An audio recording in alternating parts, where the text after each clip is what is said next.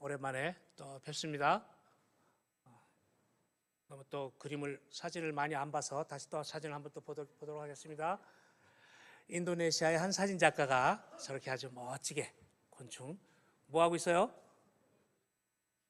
잘 안 보이시는 분들을 위해서 설명을 드리겠습니다. 우리 개미 한 마리가 바위에 기대서 물을 마시고 있죠. 그 다음 장면을 한번 보겠습니다. 이번에는 한 마리가 세 마리가 됐습니다. 잘 봐야 되는데 저 위에가 잘 안 보여서 개미 세 마리가 지금 바위와 바위 틈 사이를 지나가려고 하고 있습니다. 이 사진 보셨나요? 몇 년 전에 잠깐 스쳐 지나갔기 때문에 아무도 기억하지 못할 겁니다. 이게 중요한 사진이기 때문에. 이 사진 작가가 별로 유명한 사진 작가가 아니었기 때문에 그 당시에는 별로 관심을 안 기울였는데, 이 사진 작가가 인도네시아 사람인데 특별히 곤충에 대해서 관심이 많아서 찍었어요. 지금 저 세 마리를 갖다 그냥 저기 소개하고 있는 게 아니에요. 저 맨 밑에 있는 개미는 김창환 목사님입니다. 두 번째 줄에 있는 개미는 우리 새로 임직 받으신 우리 교회 권사님들과 또 집사님들, 또 맨 꼭대기에 있는 분들은 우리 위풍당당한 온누리교회 교인들이 지나가고 있습니다. 이렇게 맨 밑에 힘들게 바위를 꽉 지탱하면서 잘 안 보이시지만 맨 밑에 개미는 발을 얼마나 거기 딱 붙여 잡는지 몰라요. 그 두 번째 있는 개미 역할은 자기도 발을 꽉 대고 있지만 밑에 있는 개미 떨어지지 않도록 꽉 붙들고 있습니다. 세 번째 널널한 그 개미는 그냥 지나가는 겁니다. 건너로 이렇게 가려고 지금 가는 중에 지금 찍힌 겁니다. 우리 널널하게 신앙생활 하시는 분들 많잖아요. 신경 안 쓰고 오늘 이렇게 왔다 갔다 하시는 분 많잖아요. 그런 분들은 3층에서 이렇게 다니시면 되고, 2층에 계시는 분들은 목사님을 잘 붙들고 이렇게 애를 쓰고, 그다음에 맨 밑에 아무래도 힘 제일 많이 쓰시는 분은 목사님이시겠죠. 키도 크시니까. 그리고 제일 이 밑에 있는 그 개미는 교회입니다. 교회. 하나님의 일을 하기 위해서는 교회가 필요해요. 단단한 교회가 있어야 돼요. 선교사들이 아무나 선교하는 게 아니고. 두 번째 있는 그 개미는 선교단체가 필요해요. 선교사들이 사역을 해서 교회와 선교단체가 같이 협력하고 하나님의 일을 같이 할 때 위에 맨 꼭대기 선교사들은 널널하게 그냥 돌아다니면서 일을 하는 겁니다. 만약에 밑에가 흔들린다든지 중간이 신통하지 않다든지 이러면은 선교사들은 어떻게 되겠어요? 물에 빠지게 되고 건널 수가 없습니다. 혼자서 물 마시면서 룰루랄라 하고 살 수도 있어요. 인생을 갖다가 그렇게 즐기면서. 그러나 우리가 하나님의 백성이 된다는 것, 하나님의 백성으로 살아간다는 것, 제가 하나님의 백성으로 살아간다는 것 중에서 특별히 그 앞에 가로친 그 하나님의 백성은 누구냐면은 하나님의 선교하는 백성으로 살아간다는 것은 쉬운 일이 아니에요. 그 일은 하나님이 가장 기뻐하시는 일이고 원하시는 일이지만 가장 무시되는 일 가운데 하나예요. 우리 그리스도인들 가운데서. 그래서 오늘 예수님께서 우리에게 주셨던 수많은 명령들 가운데서 우리가 잊고 지나지만은 오늘 그 명령은 예수님 신학생 때 주신 명령이 아니라 구약에서부터 하나님이 인간을 창조하실 때부터 또 다시 주님이 다시 오시마 약속하신 그날까지 계속 우리에게 그 명령은 유한 명령이고 주님 다시 오실 그날까지 우리가 순종해야 될 명령이라는 거죠. 오늘 그래서 하나님의 백성으로 살아가는 것은 쉬운 일이 아니에요. 거저되는 일 같은데 거저되지 않고 저렇게 밑에서 애쓰고 수고하는 개미 한 마리, 또 두 번째서 그 개미를 떨어지지 않도록 잘 붙잡아주는 또 개미와 마지막 또 룰루랄라 하는 우리가 잘 모를 때 이렇게 룰루랄라 하고 다니다가 그 다음에 다른 사람을 위해서 밑에 힘써서 또 지탱이 되어주는 그런 사람들 때문에 주의 일이 지금까지 전해져 왔다는 거예요. 오늘 한국에 복음이 들어오기까지 100여 년, 130년 전에 얼마나 수많은 어려움이 있었는지 여러분 아시잖아요. 어떤 분들은 그냥 지나가다가 우리나라에 파도에 밀려갖고 온 사람도 있어요. 그리고 와서 살다가 그냥 같이 있다가 그냥 돌아간 사람도 있고, 어떤 선교사님들은 왔다가 여기서 그래도 복음을 전해주게 되겠다고 해서 열심히 전하고 섬에서 있다가 또 돌아가는 사람들도 있고요. 어떤 선교사님 대동강에서 왔다가 27에 그냥 아무 말도 못하고 한국말도 못하고 그냥 성경책만 들고 있다가 그냥 돌아가신 분도 있단 말이죠. 그런 분들 때문에 오늘 복음이 우리에게 전해져 왔고 지금까지 온누리교회가 든든히 서가게 됐던 겁니다. 오늘 말씀 읽은 것처럼 오늘 우리는 누구며 넘어가야 되는데 지금 뒤에가 잘 안 보여서 이렇게 지금 우리가 성경 말씀 계속 넘기시고 우리가 누구며 우리가 또 여기 무엇 때문에 여기서 살고 있는지 그런 것들을 알면 한 장 더 넘겨주시고, 오늘 보면은 옛날 구약시대 때 하나님께서 한 사람을 불러서, 아브라함이라는 한 사람을 불러서 그 사람으로 말미암아 또 앞으로 모든 오고 가는 세대들이 주님의 백성으로서 축복을 받아야 되겠다 하는 하나님의 계획이 있으셔서 하나님은 한 사람을 선택하고 또 그 사람의 후손들에게 주님께서 약속하신 하나님의 백성이 되리라 한 약속을 주셨죠. 그리고 430년이라는 세월이 흘렀어요. 그들은 애굽이라는 땅에서 종노릇하면서 그 약속을 잊고 지냈어요. 그래서 그들은 왜 이 땅에 존재하는지 몰랐어요. 매일 그저 하루하루가 그저 일어나서 흙벽돌을 찢고 그거 가지고선 또 가서 피라밋을 쌓는데 세월을 보냈던 사람들이 없었어요. 그런데 오늘 갑자기 하나님께서 너희가 그 땅을 떠나라 이렇게 하는 얘기를 갖다가 모세를 통해서 주시게 되었죠. 모세라는 이 아이를 통해서 하나님은 그 약속을 갖다가 이루게 되셨는데, 이 모세가 지도자로서 돌아갔을 때, 애굽에 돌아갔을 때 여러 가지 일들이 있었죠.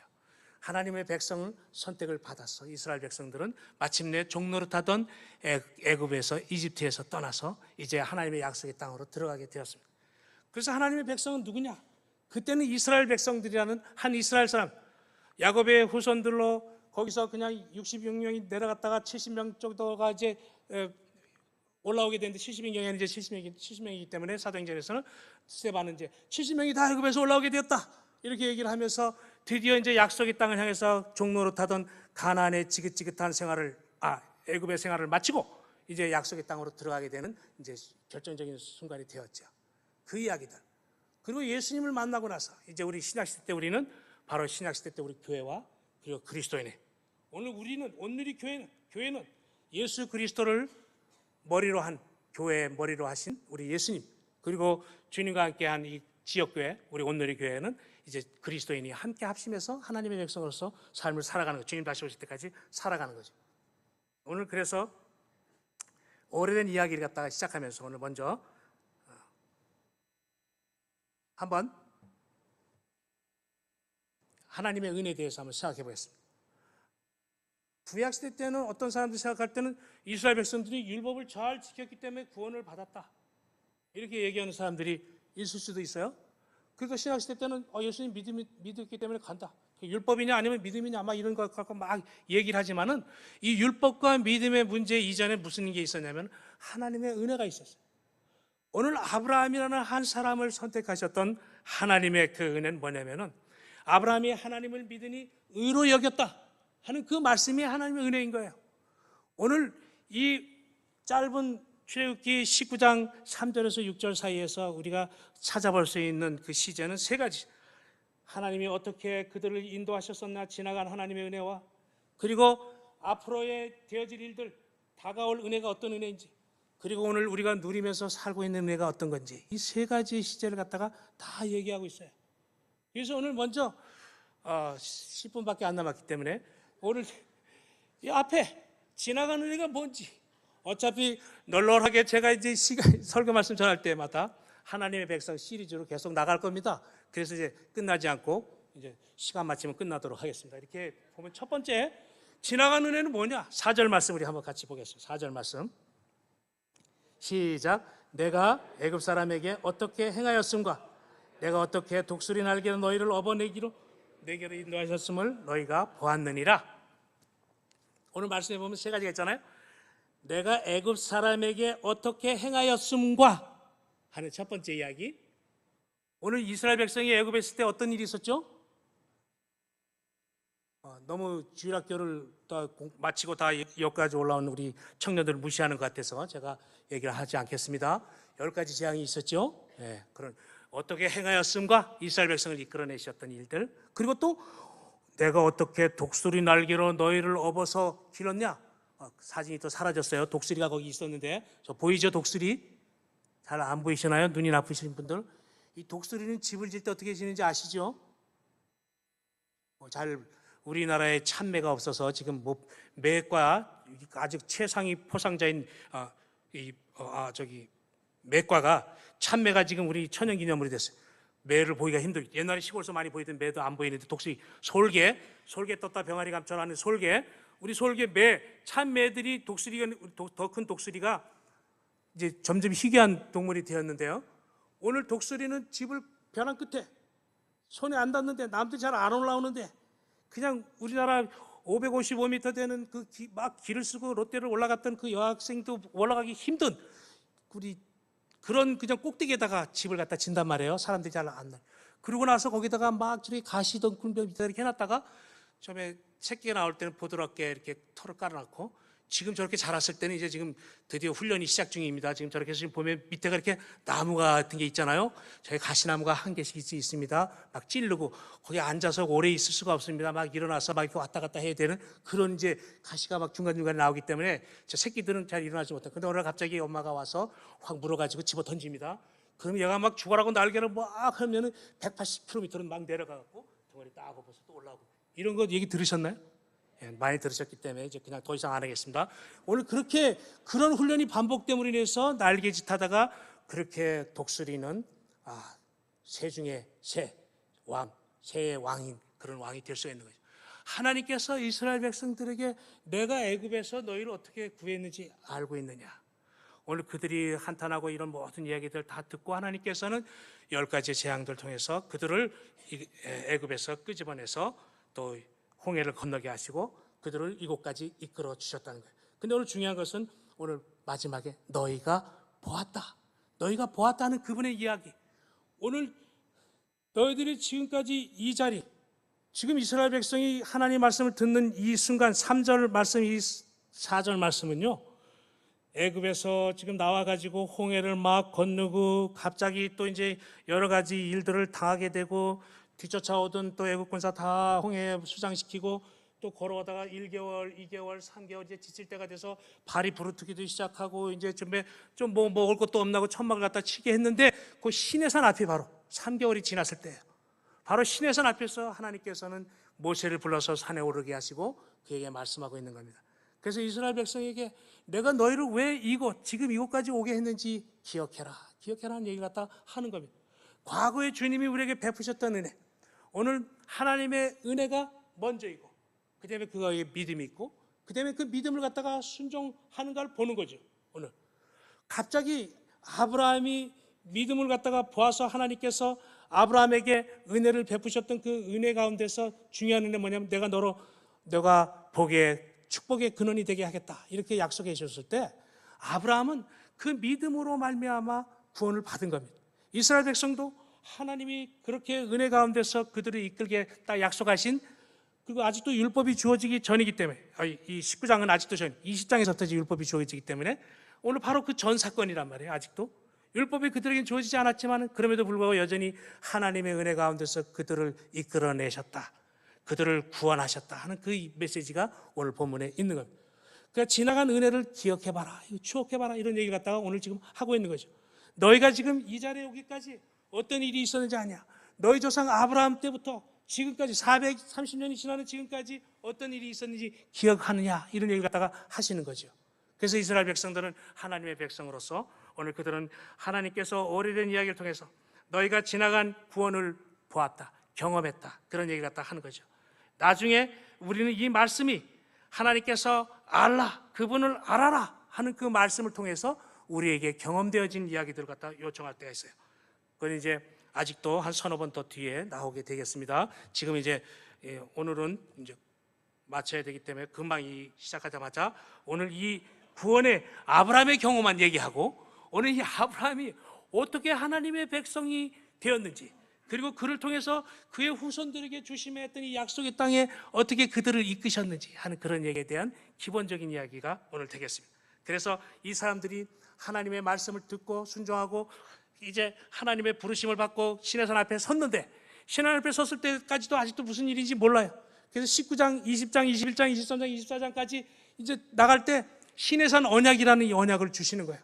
하나님이 우리와 함께한 언약, 이 성경에는 언약과 약속이라는 말이 우리 특별히 장로교인들, 우리 같은 개혁주의 장로교인들은 알아야 될 중요한 단어가 하나 있는데, 카버넌트, 언약이라는 말씀이에요. 언약이라는 말씀은 뭐냐면 베리트, 여러 번 말씀드렸잖아요. 베리트라는 쪼갠다 하는 하나님이 쪼갠다 하는 얘기가 했을 때 가른다 하는 그 말씀을 갖다 주셨던 것은 아주 재물을 갖다가 절반을 갈아놓고 나는 너의 하나님 되고 너는 내 백성이다 이렇게 얘기했을 때 하나님의 백성이 된다는 의미는 어떤 의미인지, 그게 아주 중요한 의미라고요. 이거는 정말 심각한 거예요. 이거는 이 소가 옆에 내장이 다 보이고 너덜너덜한 그 가운데를 지나가는 것처럼, 옛날 고대에 그냥 그 약속을 맺기 위해서 이 군주와 A라는 그 큰 군주가, 그 다음에 그 보호를 받게 되는 그 약속한 그 군주 사이에서 맺는 언약이라면, 너희가 내 말 안 들으면 이렇게 될 거야 하는 걸 보여주는 거예요. 그러나 하나님은 그런 사랑으로 우리에게 그렇게 그냥 강압적으로 이제 하는 것이 아니라, 하나님은 사랑으로 우리한테 언약을 맺으시고 우리가 약속을 주시는 거죠. 아브라함에게 약속을 주셨던 것처럼 너의 후손들이 이 땅을 차지하게 될 것이다 했던 그 약속이 이루어진 지 말씀이 되어진 지, 약속을 주어진 지 430년 후에 이스라엘 백성들은 드디어 마침내 3개월 전에 400년도 지나고 막 지난 3개월 전에 드디어 애굽을 탈출한 겁니다. 우리가 예수님을 만나기 전까지의 그 숱한 어려움들, 그런 생각, 여러분 사연이 다 있을 거예요. 어떻게 구원을 받게 되었는지, 여러분 교회 안 나오려고 아주 그냥 애를 쓰며 그리고 버티다가 끝까지 73세에 예수님을 영접하는 사람들도 있었어요. 여러분 아시는 분입니다. 우리나라에서 문화부 장관도 하시는 이어령 박사님. 절대로 나같이 똑똑한 사람이 이 세상에 어디 있느냐, 우리 한국에 아무도 없다, 이렇게 하셨던 분이 딸 때문에, 그 손주 때문에 예수님 믿고 세례를 받으셨어요, 그 나이에. 그래서 이제 지성에서 영성으로 이렇게 하셨잖아요. 그 책을 꼭 보셔야 됩니다, 우리 이제 안수 집사님들은. 그래서 바로 그런 분들처럼 오늘 우리가 예수님을 만나 오랜 세월 동안 주님이 기다리시고 약속을 전해주시고 던져주시고 구원에 대한 그 기쁨을 갖다가 예배해 주셨지만은 알지 못한 채로 애굽의 삶을 살다가 이제 드디어 애굽의 종로로 타던 걸 다 팽개치고 이제 홍해를 건너서 가나안 땅으로 들어가기 전에 광야에서 지금 이스라엘 백성이 시내산 앞에서 이 언약을 받게 되는 겁니다. 여러분, 우리의 지나간 과거를 생각해 보세요.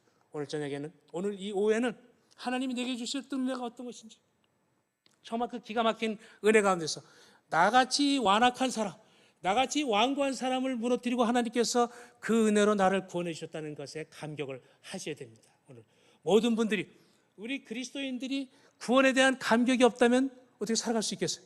하나님의 백성이 된다는 것은 먼저 구원의 감격 속에 살아가는 것, 그게 첫 번째 길인 것입니다. 지나간 과거를, 지나간 은혜를 놓치지 마십시오.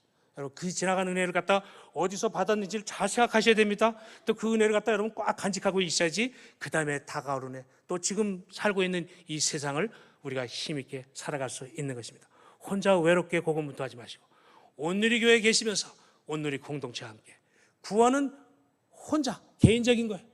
구원이라는 이 사건은 개인적인 것, 하나님께서 여러분에게 주셔서 여러분과 저 스스로도 하나님과, 우리 아버님이 예수를 잘 믿었기 때문에, 우리 할머니가 잘 믿고 우리가 4대기 때문에 5대기 때문에 이렇게 한 게 아니라 내가 그리스도 어떤 관계냐, 나와 개인적인 관계. 그러나 구원 이후의 삶은 공동체적인 삶입니다. 여러분 놓치면 안 됩니다. 오늘 우리나라가 너무 개인주의가 팽배하기 때문에, 이제 우리도 미국처럼 개인주의가 팽배해서 아주 옆집에 누가 사는지, 아파트에 누가 사는지 신경도 안 쓰고, 또 우리 자식과 부모 간에도 신경도 안 쓰고 이렇게 사는 사람들이 많잖아요. 개인주의 역량, 우리가 그런 것들을 많이 들었습니다 이제. 그러나 우리는 원래 그렇게 안 살았어요. 우리는 세 마리 개미처럼 그렇게 살았었단 말이에요. 옛날에는 같이 시골에서. 얘기가 많지만 나중에 우리 또 한번 또 기회가 있을 때 우리가 또 그 말씀을 드리도록 하겠습니다. 이렇게 공동체적인 온누리 공동체에서 믿음의 삶을 같이 살아가는 것이 축복이고 하나님의 역사가 우리 가운데서 있게 될 것입니다. 하나님의 백성으로 살아간다는 것, 지나간 주님의 은혜를 무시하지 마십시오. 지나간 주님의 은혜를 기억하십시오. 애굽에서의 삶을 우리가 기억하되 잊어버리세요. 그건 제약된 삶을 돌아가서는 안 됩니다. 자꾸 돌아가려는 사람들이 있어요. 돌아가고 싶어 하는 사람. 그런 사람들은 우리가 하나님이 얼마나 오랫동안 기다리셨다가 우리를 이끌어내셨는지를 알면은 돌아갈 수가 없죠. 하나님 어떻게 우리를 갖다가 독수리 날개에 업어서 이곳까지 데려왔는지를 아신다면은 온누리 교회를 떠날 수가 없죠. 온누리 교회를 쉽게 떠나시는 분들 발목을 갖다 이렇게 잘 잡아야 되는데, 여러분 그렇게 발목을 너무 잡으려고 애쓰지 말고 여러분들이 주신 하나님의 은혜가 뭔지 기억하시라고, 우리와 함께 공동체 삶을 살으라고 여러분이 초청해 주십시오. 그래서 우리 하나님의 백성으로 살아갈 때 첫 번째, 지나간 은혜에 우리가 무시하지 말고 놓치지 말고 꽉 붙들고 승리하는 여러분들, 저와 여러분들 되시길 바라겠습니다.